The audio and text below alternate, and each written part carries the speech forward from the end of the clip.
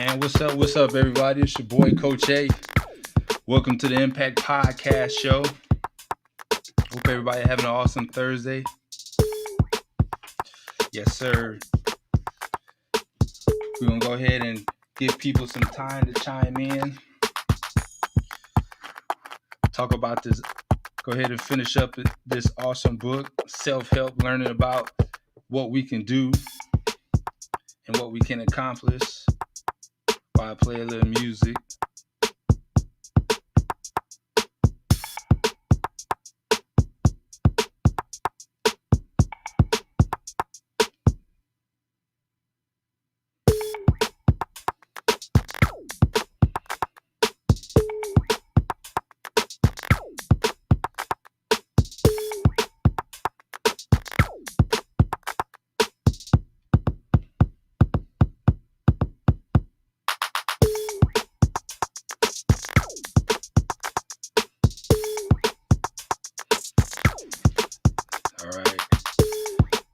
Getting a few shares out the way. Hope everybody having an awesome Thursday. I had a lot of stuff going on. Let me hit this up one last time. Oh, we don't want to do the story.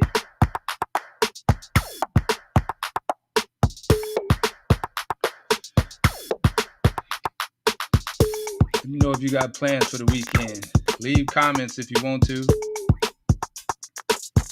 I'm just going ahead and sharing it on Facebook. We're going to get into this. This is going to help you out. I promise you that. It helped me out for sure. Definitely. It helped me out for sure. So anyways, again, welcome to the Mpact Podcast Show. It's your boy, Coach A. I'm your host. I'm the coach. I'm the teacher, whatever you want to call me. So I hope everybody having an awesome Thursday, getting ready for the weekend. These days is coming so fast. I know we had a holiday Monday, but still it's Thursday already. Can you imagine that? Look how time is flying, man. You got to get your plans in order. Get your stuff together because time ain't waiting for nobody. That's for real. So I hope you got plans. Anyhow, last week, let me hit the intro. Before I do anything else, I do got an intro that I'm going to hit. I was supposed to do it. So let me go ahead and hit this intro. And when we get back, we're going to get into these keys and these facts and all this stuff that's going to help take you to another level.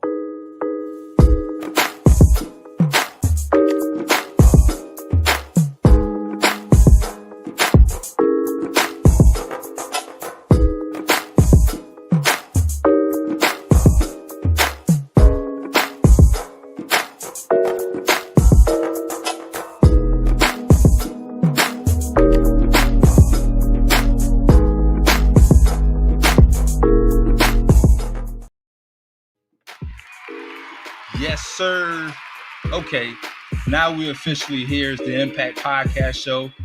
Coach A right here in front of you. Hope everybody having, again, an awesome Thursday. So, last week we talked about the book, one of my favorite books. It's called Outwitting the Devil. It's a self-help book. And so within this self-help book, it teaches you how to stay away from the devil. And at the same time, it teaches you how to achieve and be successful in your life, you know, both through freedom and financial success. And so one of the things that the book done for me is it changed my whole mindset around. I was in that mindset of, you know, kind of like most of the people just out there grinding and coming home, grinding and coming home. And I never stopped to think of what I can do to make my life better or what I can do to improve my situation. And what happened with me was I ended up having surgery and I had to sit down for a while. And during that time, I picked up a book and said, all right, let me read this book. And the first book I read was Think and Grow Rich. Then after that, I came across this book of the self-help book. And so once I started reading that book, you know, because I couldn't do anything else, I started getting into my mind and getting down into my heart and started saying, okay, let me apply these things and see how it changed. And then within like a year, I didn't end up purchasing a house. I done paid off all my debt. everything. I done had everything that the black man could have. Everything from child support to different credit cards, car payment. I paid my car off and all that. And what happened was it put me in the mindset to take care of that. And so people don't know. People just don't know. And that mindset came from this book. So last week, again, just a quick review, we talked about what the devil uses to gain access to our mind. How does he get in our mind? And he says he uses fear. 6 major fears to get inside our mind, right? The fear of poverty, the fear of death, fear of criticism, fear of old age, the fear of health, and the fear of loss of love. So just think about that. How many things in your life have you failed to either complete or even start because of one of those fears? And so that is one of the major ways that the devil uses to gain access, to get inside of us. Now, inside our heads, remember, inside of our heads. And so now the question, and of course, coincidentally, the opposite or the opposition to those negative fears is love, faith, hope, and optimism, right? All the things that the Bible teaches us to walk in love and to have faith and always have hope and have belief and optimism. See, that's the opposite of those fears. And so if you're walking in love and faith and in hope, then you won't have fear and the devil won't have access. And if you don't believe in the devil, that's fine, but there is a certain energy in the world that leads people to destruction or just keeps people at a same rate. You know what I'm saying? So some people don't believe in the devil, and that's understandable, but you have to understand that there is an energy. And one of the eye-opening things that I've learned, right, is that in the Bible it says the devil, our adversary, roams around like a roaring lion, seeking whom he can destroy, right? So I want you to think about something. The word adversary has to do with adverse thinking, your adverse thought. So whatever negative thought you have is an adverse thought. And so I want you to think about that, because that's, again, how the devil controls us, through that adverse thought. And so a lot of those adverse thoughts come out of our fears that we have, like from poverty and fear of death and stuff like that, right? So that's just a little recap of what he talked about. The first, what we talked about last Thursday, about how the devil gains access. Now we want to talk about his greatest trick, right? Into what he does after he gains access, right? And the greatest trick the devil and first is leading people to become drifters or drifting. Just think about that. Leading people to become a drifter or drifting in life. Now, basically, a drifter is just a person that's controlled by them circumstances, right? They're just controlled by their circumstances and the other things that surround them. They're influenced by that. And so you can tell when a person is controlled by their circumstances. Just think of how many businesses that even you may have tried to start, or you've seen other people start, and soon as it didn't seem like it was working, they quit. They said, "Oh, this ain't for me," or "This ain't working." And see, that's part of what it means by being controlled by your circumstances. But the key word I forgot to mention is outside of their own mind. So you're being controlled by these circumstances outside of your own mind. And so again, in my example, a lot of people, they start businesses, they get all these plans together, these ideas, and then they begin to start this business. And then as soon as it seems like it didn't work out, or it seems like failure, they quit. That means they're being controlled by them circumstances. That's the definition of a drifter. Somebody who's just kind of drifting along. They're not thinking for themselves. They're allowing the environment to feed them, to give them what they want. And sometimes you can be making decent money. You could be working at a decent job and still drifting along because you're not doing better or trying to get better. And so that's one of the devil's biggest tricks, is getting people to drift in life, right? Getting people to give in to their environment, give in to to their circumstances, and not to improve at all. The greatest trick, and again, the way he enters that is through one of the major fears that we mentioned before. And so now let's talk about how the devil gets people to drift. Now this is real controversial here. Again, this is from the book, so it's not my views. Now I don't agree 100% with everything that's come out of the book, but a lot of it is I do agree with. So first way the devil gets people to drift, right, is by their parents. Their parents is one of the number one ways that we get people to drift in life. And again, drifting is not thinking. It's just, again, you're being controlled by your circumstances. So just think of some of the faults that your parents have that they pass down to the kids. They pass down to us. Some of their bad habits, some of their bad actions, like divorce, or men who, run around cheating on women, and, being irresponsible, going to prison. A lot of these things kids pick up from their parents or their guardians. So that's a way that the devil gets people to drift. Another thing is, because you adopt their beliefs and their superstitions. And a lot of times we teach these things to our kids directly, through our superstitions and our beliefs. We, pass it on to the kids, and sometimes indirectly with just our actions and how we act. Thanks, Jeremy. Shout out to Jeremy. Over in the East, why I look like a rapper my mom would have listened to. No, I'm not a rap. I had the lights on me, and so it just helps with the lights. Plus, I'm trying to look cool, so what I'm saying, I ain't gonna lie. I'm trying to look cool at the same time. Anyhow, so we're talking about getting people to drift, and one of the devil's technique is parent. A lot of times we call it generational curses, right? These things get passed down from generation to generation just by being taught, and some of the actions, and sometimes it can be physical too.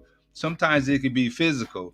You can have like a physical birth defect or something like that, and anytime you was born with that, it might cause you to drift, right? And again, remember, drifting is being controlled by your circumstances. That's what we're talking about when we're talking about drifting, and the devil causing us to drift. The second thing the devil says he uses to get people to drift is schools. So just think about that. The school system.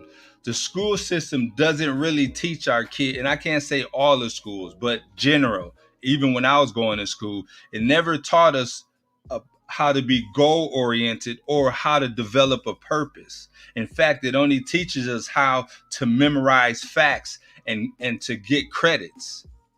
And so a lot of times when you have kids going through school like that, anytime you add time to actions and behavior, it becomes a habit.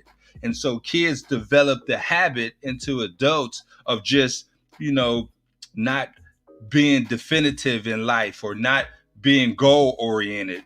And they do everything spur of the moment. And so that's why it's important that we understand that's part of the devil's plan to get people to drift, is by sending them through school, because it just teaches people how to memorize facts and how to, get credits. And sometimes it becomes even worse when you get into college, because then you add debt to it. So here you is going through college with no specific purpose or no specific goal, right? But yet you got all these loans, and so you have a lot of students that get out, they graduate with bachelor's degree, master's degree, but they don't know what they want to do, and so they end up getting regular jobs, making $18-19 an hour. And yeah, that's good, but based on what you've accomplished in school, you should be able to, get a better job than that. And so a lot of times, if you're not taught that, then you can just fall into that same trap of just being rushed into school and not knowing what you want to do. And I tell students this all the time. I said, look, would you go to a car lot and purchase a car that you don't like? Right? Would you spend $60,000-$70,000 on a car that you don't like? And a lot of times that's what happens when you go to college and you spend all that money in school. You come out with these loans and you end up getting a job you don't like. You end up falling into a career that you don't like. Right? And so the next trick that the devil uses to get people to drift is marriages, right? Inside marriages, a lot of times we have a lot of arguments and fighting and bickering. That's why some of the major stresses in marriage has to do with kids, money, and sex. And so if you get two people to continue fighting back and forth within the marriage, then it kind of stunts them at the same time. It takes away their determination. It prevents them from being goal oriented, because everything that's on their mind is, based on those arguments. No, I'm not saying never get married. Jerry said he said never get married. No, marriage is a beautiful thing. I'm married, so it's definitely a beautiful thing. And I can teach you how to have a great marriage. There's an art. There's an art to having a great marriage, and it's not as difficult as you think it is. It does take some self-control and some understanding, but you can have a great marriage for sure. And so, once you get with the right person, you just have to make sure that you get with the right person in the beginning. You can't just fall for the first person you meet. So that's what's important. So yes, marriage causes people to drift also, right? So another thing is that the devil says he influences people. It's not hard finding the right person. I'm gonna have to get with Jeremy and help you. You can find the right person for sure. So the next thing that the devil does to get people to drift is pushing them into the first job or occupation that they find. Right? Just think of how many people are in these jobs just for security. They're in these jobs because they're scared of being poor or being in poverty. So just think about that, being rushed into these jobs. And of course, we all have to work. But remember, a person that's drifting is a person that's allowing their environment to control them and influence them outside of their own thinking. So if you have plans or a goal set in place, then you know that this particular job that you have is just a stepping stone. But if you're in this job full time and that's all your plan is to retire from this job that you hate, then you're drifting. You're drifting. And how is that pleasant for yourself? How is that a good life if every day you wake up dreading going to this job when you can change it? So definitely, that's one of the things. Last thing I got is very controversial. Again, this is according to the book, right? The last tool that the devil uses to get people to, you see me smiling because I'm almost scared to say it, to get people to drift is church and religion. Think about that, church and religion. And so the way he uses, according to the book, the way he uses church and religion is that he keep alive the fear of the devil. Right? Just think of how many, and I can see how this relates in my life as well. Just think how many sermons and messages that we was taught where they're telling us to watch out for demons, watch out for witches, watch out for warlocks, and watch out for spiritists and all these other things we have to watch out for. And so as we continue, remember, fear causes people to drift. It keeps you from thinking if you're scared. And so a lot of times, not saying all churches, but a lot of times we get taught these things from our parents and from our pastors to fear. And I can remember reading the Bible several times, especially the New Testament, and Jesus very rarely talked about fearing the devil, if at all.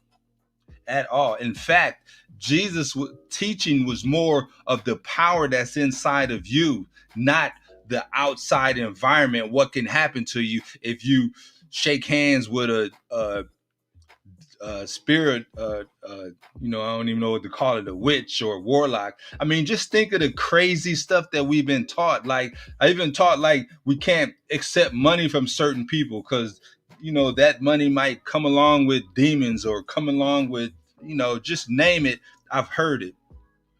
And so that's part of that fear that's get instilled in the people. And so and we're talking according to the book, that's what the devil says he uses to keep people drifting. Of course, a lot of these things has to do with those top fears that he used to have access to our minds. The fear of poverty and the fear of death, fear of criticism, and those things that we talked about. Also, health, right? Health. If he can get a person to feel like they're unhealthy, then their determination and their drive will be held back as well. So just think of where we are even now to our health is being threatened. And so a lot of people don't want to move out and start their business or do anything because they're worried about their health right now, or the potential threat to their health. And so this is just another way to keep people drifting. And so also, what about foods that you eat? A lot of times we're not taught the proper way or the proper nutrition, right? And so we just eat based on how we feel and what we like. And we end up becoming unhealthy, either overweight or, we have diabetes and all these other diseases that go along with eating out of ignorance. And so again, when you begin to develop that pattern, because again, it becomes a habit. You have to understand, we'll talk a little bit more about that, the importance of time. Time takes whatever thought, whatever action that you have in your head right now, or whatever you're doing right now, time will take that and turn it into a habit. And we know habits are hard to break. It's the same type of habit as a drug habit. It's the same type of habit as any type of addiction. It becomes a habit. Better eat healthy, but kids eat around you doomed. Yeah. So that's another way that the devil causes us to drift in life, by keeping us unhealthy or keeping us from the knowledge of being healthy. And so again, you have to understand, drifting, again, like I explained, is an individual who's controlled by their environment and influenced by the circumstances in their environment outside of their own personal thinking. So you remember, in every involvement, you want to be the first thought. You want to think about it. You want to assess it yourself. So before we continue on with some of the non-drifter qualities, let's go ahead and see what the devil say about being a drifter. A typical drifter. Give your description point by point so I can recognize a drifter when I see him. The first thing you will notice about a drifter is his total lack of a major purpose in life. He will be conspicuous by his lack of self-confidence. He will never accomplish anything requiring thought and effort. He spends all he earns, and more, too, if he can get credit. He will be sick or ailing from some real or imaginary cause, and calling to high heaven if he suffers the least physical pain. He will have little or no imagination. He will lack enthusiasm and initiative to begin anything he is not forced to undertake. And he will plainly express his weakness by taking the line of least resistance whenever he can do so. He will be ill-tempered and lacking in control over his emotions. His personality will be without magnetism, and it will not attract other people. He will have opinions on everything but accurate knowledge of nothing. He may be jack of all trades, but good at none. He will neglect to cooperate with those around him, even those on whom he must depend for food and shelter. He will make the same mistake over and over again, never profiting by failure. He will be narrow-minded and intolerant on all subjects, ready to crucify those who may disagree with him. He will expect everything of others, but be willing to give little or nothing in return. He may begin many things, but he will complete nothing. He will be loud in his condemnation of his government, but he will never tell you definitely how it can be improved. He will never reach decisions on anything if he can avoid it, and if he is forced to decide, he will reverse himself at the first opportunity. He will eat too much and exercise too little. He will take a drink of liquor if someone else will pay for it. He will gamble if he can do it on the cuff. He will criticize others who are succeeding in their chosen calling. In brief, the drifter will work harder to get out of thinking than most others work in earning a good living. He will tell a lie rather than admit his ignorance on any subject. If he works for others, he will criticize them to their backs and flatter them to their faces.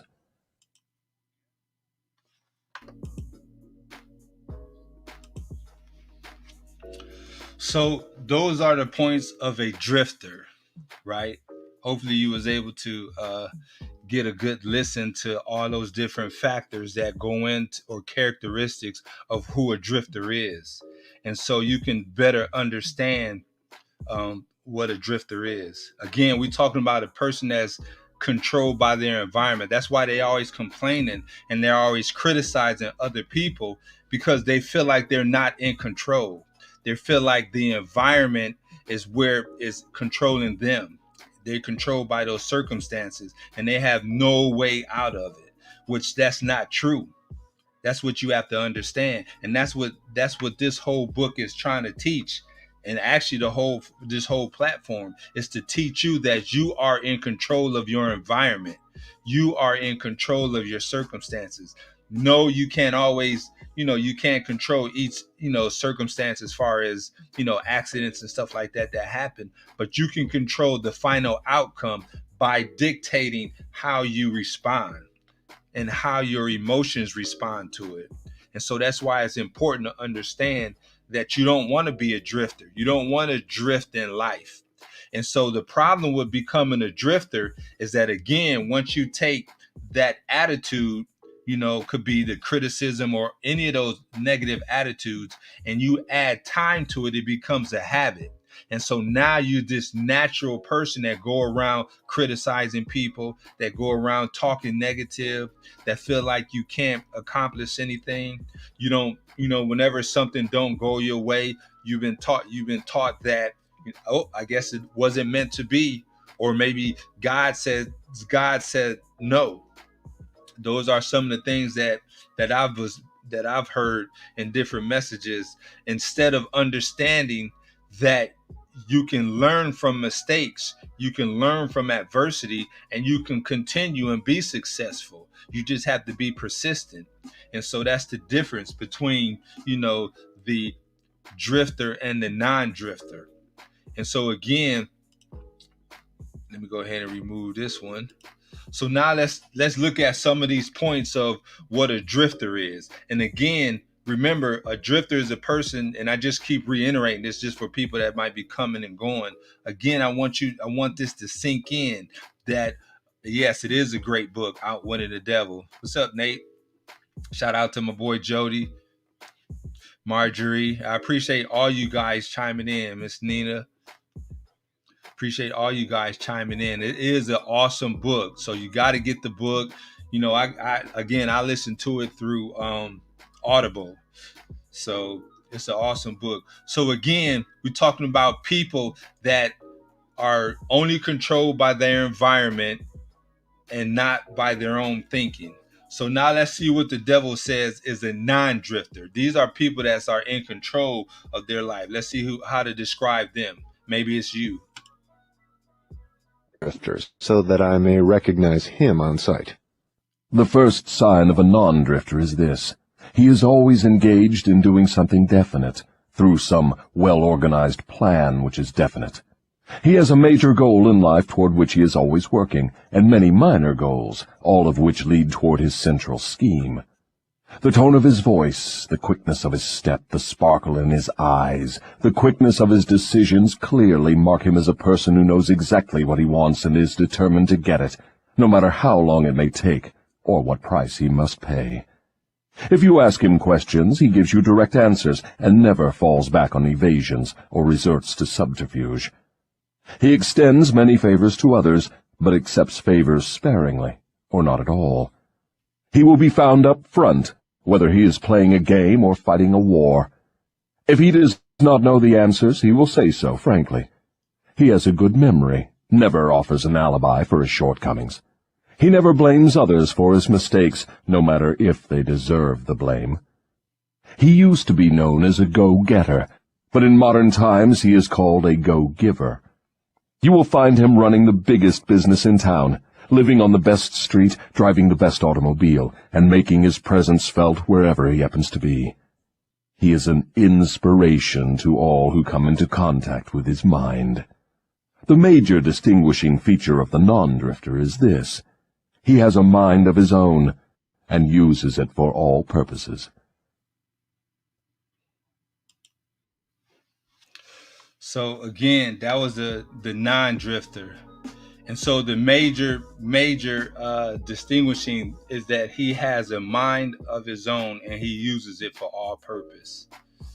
Again, that's one of the major characteristics of a non-drifter. It's somebody that's not being controlled by their circumstances, but in fact, they're being controlled by their own thinking and their own, ideas. And so now we want to talk about some of these keys to being successful, right? And again, this is all still coming from the book, some of the keys to freedom and success. One of the things that you heard is called definiteness of purpose. That's what he mentioned. And so being definite about everything in life, not just some things or certain things, being definite about everything, even when it comes to your career, when it comes to your relationship, when it comes to your health. Being definite is one of the most important things you can do in your life, is have a definite goal or purpose for everything. It relieves a lot of stress, because a lot of times stress comes from when people don't know. They don't know what to do or where to go. And the reason they don't know is because they don't even have a specific plan or goal that they're working towards. So how are you going to understand how to interact or to overcome any type of adversity or any type of situation when you don't even know where you're heading to? So that's the first thing, is understanding that definite purpose in every aspect, especially in relationships. When it comes to marriages and relationships, it's very important too. You should have a definite When it comes to relationship, you should have a definite method of bringing that relationship back to harmony, right? Making everything correct. This is something that you and your partner should talk about and agree on. And that'll change your whole dynamic of your marriage and your relationship. Is have a definite purpose and a definite goal to bringing the relationship back to harmony. The Bible uses it. The Bible explains it like this. It says, do not let the sun set on your anger. So you have to have a plan for this. And then you have to stick with it. And I guarantee you, every time you wake up, you'll be at peace with one another. Every time you wake up, you'll be fine. And so sometimes you have to swallow your pride. You know somebody might have done something that made you upset, and you want to make them pay by, being upset or being quiet or whatever it is. But once you get past that, you have to have an agreement and say, you know what? We have to really come back and be fine. And that's part of the reason why a lot of marriages split up, is because nobody had that plan or that purpose for bringing a relationship back to harmony. Everybody just selfish, like, I know I'm right, so I'm gonna be upset, right? Next thing, again, goes along with that is self-mastery, learning about discipline. Very important to master yourself, and understanding about being disciplined. It goes along with what I was just talking. You're not going to be able to overcome your own self if you don't have discipline. Sometimes I get upset and I want to tell people off, or I want to say something negative or do something. But I've learned, again, any type of action that you do or thought that you have, when you combine it with time, it becomes a habit, and that could change my whole character. So I just go ahead and overlook it. Jody said, tell them off. No, I ain't telling them off, bro. My telling them off days is over with, unless I do it professionally, like Jimbo. Anyhow, mastery of yourself. Again, these are the keys to having that freedom and success in your life. If you utilize these, guaranteed to be successful, right? So mastery of yourself. Another thing, a part of mastering yourself, is being persistent. Learning how to be persistent even when it don't work out, when things don't go your way, or when things fail, or when it's hardest, to be persistent. Most people fail. Failure is only when you admit to, only when you accept it. There's really no such thing as failure, only when you accept it as such. So everything else is just a learning process. In fact, you just call it a lesson. You turn it around positive instead of calling it failure or any type of disappointment. You just call it a lesson and learn from it. But that you have to be persistent. And again, that comes under self-mastery, right? And then the next thing, you have to learn how to learn from adversity. That's one of the hardest things to do, is to take a negative situation and flip it around and learn from it. Flip it around and turn it into something good. Because there's a lot of bad things that happen in our lives, from people passing away to bankruptcy, right? To, you name it, debt, going into debt, losing houses and cars and repos and whatever it is. But you have to learn how to take that particular adversity that you're going through, flip it around, and turn it into a lesson, a profitable lesson. See, that's what happens when you take something, turn it around, and make it profitable for yourself. Teaching other people. People are buy your book, learning how to avoid that situation or how to overcome that situation.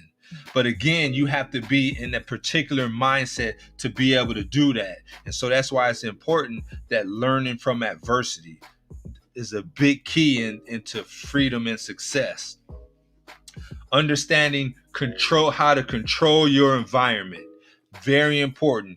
Obviously, we can't control our immediate environment, like if we stay in a certain neighborhood or something like that. But you have to understand that you have to surround yourself with certain people, intellectual, smart people. If you don't surround yourself, then you'll be susceptible to that other environment, because your mind, the way it works, is there's no dry space. There's no blank space. It just constantly absorbs from the environment. And so you have to understand that if you surround yourself around positive people, smart people, intelligent people, then you're going to begin to absorb that. But if not, then if you just surround yourself around regular people, you're going to be regular. So you have to understand how to control your environment. Sometimes you got to get out and talk to somebody. Maybe solicit somebody to become a mentor. You'll be surprised how many successful people out there will be willing to sit down with you and have dinner with you or breakfast with you and go over and put you on a path to be successful. They'll teach you what you need to learn. Could be in the same field. If you want to have your own air conditioning business, you can get in contact with a person who already has a business. right? Now we know everybody ain't positive like that, but again, that's where persistence come in. If you ask somebody and they say no, like, okay, go to the next person. And I guarantee you that door will open up and they're going to give you all the steps and all the jewels, everything you need in order for you to get started. That's important. But again, you have to understand that, that's part of controlling your environment, not allowing the environment to dictate where you end up, to dictate where you are. Very important, right? I got some other ones. Time. Again, I talked about time throughout this whole podcast today. We know that time is like the biggest commodity that we have, right? Very important. And it's free. Time is free. But the thing that's tricky about time is, again, like I'd explained to you, is that it takes our thoughts and it takes our actions and turns them into habits. And so the problem with that is that if we develop bad habits, then those habits are going to lead us down, right? So the objective is to develop good thoughts, good actions. And so when you develop good thoughts and good actions and you combine that with time, then it becomes a habit, right? And it becomes a habit that leads you up to success. So that's the key. But you got to understand that it's going to multiply with time. So now, to be an example, I used to, I wasn't always a positive person. And so once I started practicing and thinking positive, over time, it solidified it. It crystallized it. So now it's just part of me. It's just part of me to be positive. Even this podcast was birthed out of that, being positive. So that's why it's important that you understand time and the significance of it and what it can do for you and how to make it work for you. So a lot of people don't realize that. The next thing, again, these are keys. These are keys of being successful, keys of freedom, financial freedom, and success, right? All type of freedom and success. And this is in not just money-wise. We're talking about success relationship wise, career, everything, health, everything. You'll take these principles and you apply it to your life and you'll be successful in all these aspects. The next thing, very, very important also, is called harmony. Harmony is very important. We talked about having a goal to bring your relationships with individuals harmony. And shout out to Jody, if you're still listening, that does mean forgiving people too. Forgiving people is a method of harmonizing as well. So forgiveness is part of that. So you have to have these goals on bringing your relationships back to harmony. Every relationship at work, if you get into it with somebody at work, don't linger it. Don't let it linger. You bring that back to harmony. Same thing with your personal self. You have to find a way to bring harmony to yourself. You go through a stressful day. A lot of people meditate and pray. A lot of people listen to relaxing music, stuff like that, yoga, whatever it is, stretching, working out, whatever it is. You have to incorporate that into a daily ritual so that, again, time turns it into a habit. Once time turns it into a habit, then it becomes easier. The first few times you're going to be forcing yourself. That's where the, self-control comes in, where you have to force yourself to do it. But after a while, time will automatically turn it into a habit and it'll be easy. And so it's important that you learn how to bring yourself back to harmony, so that you have peace inside your heart and inside your mind. That'll help you with your health. It'll help you with your health as well. So definitely important to understand that harmony, bringing harmony to yourself, relationships, in every aspect is very important for your success. If you're stressed out, you're not going to be any good to nobody else. Especially yourself as well. You can only live so long under stress when something happens. You could develop an ulcer or, some type of sickness or disease. So that's another reason why it's important to understand. Next thing you have to understand is caution. And this is the last characteristics is caution. And I'm not talking about caution as in fear. I'm talking about caution as in thinking through a plan, thinking ahead.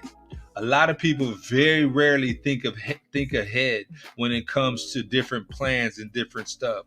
That's why it's very important to use caution in that aspect. Not the caution where you're scared or you're a little apprehensive about something, or you're procrastinating, right? Not that. We're talking about thinking ahead, planning ahead. That type of caution is very important. Thinking, it's the old term that we always say, think before you speak, right? If you think before you speak, then you're automatically thinking before your actions.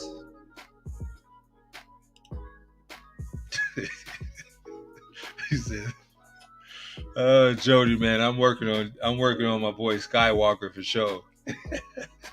So thinking as far as caution, being, caution as far as thinking ahead, not being scared, not being worried about things. Again, remember, fear is part of what the devil uses to enter your mind. All right, so this is how it works. The devil presents you with some type of fear. Once you're presented with some type of fear and you accept it, the devil can enter your mind to influence you. Now that he's entered into your head to influence you, now he's causing you to drift, meaning you're going to allow the circumstance or the environment to dictate how far you go or to dictate your success. And so once you're drifting, it's easy. So now you're drifting, time turns it into a habit. Now you're going through your life 10, 20, 30 years of just drifting along. Sometimes working a simple job, sometimes not. And so that's how it works. And so to make it short and sweet, thinking for yourself, the most important thing you can do, and thinking accurately. A lot of times people tell us stuff that's not accurate. So you have to practice also. You have to practice thinking accurately, getting all the facts. And then that's when you put your caution into effect. You start to think through your plan, put your plans together. And again, if you have any questions, holler at Coach A. You can inbox me, whatever. We can mastermind together. If you have ideas, let me know. This message is being brought to you today, and this is just my little plug, brought to you by Rapid Returns Services. That's my bookkeeping and accounting, tax office, whatever you name it. That's my service. I've been doing it for 18 years. I do payroll, all that stuff. If you have ideas for your business, or you need a business plan, you need to incorporate, I help people incorporate all those things. I do it all. I can help you brainstorm. Just let me know, shout out to me, and I'll help you put it together. I'll never tell you can't do it and it won't work. You'll never hear that from me, but I will help you put together a plan so that we can see what the best steps to take. So again, I appreciate everybody tuning in. It was such a blast going through this book. Now I got to figure out what my next message is going to be next week, because this book is over with. Again, so I'm thankful, grateful to everybody. Again, holler at your boy. It's Coach A. It's the outro. I'm out of here.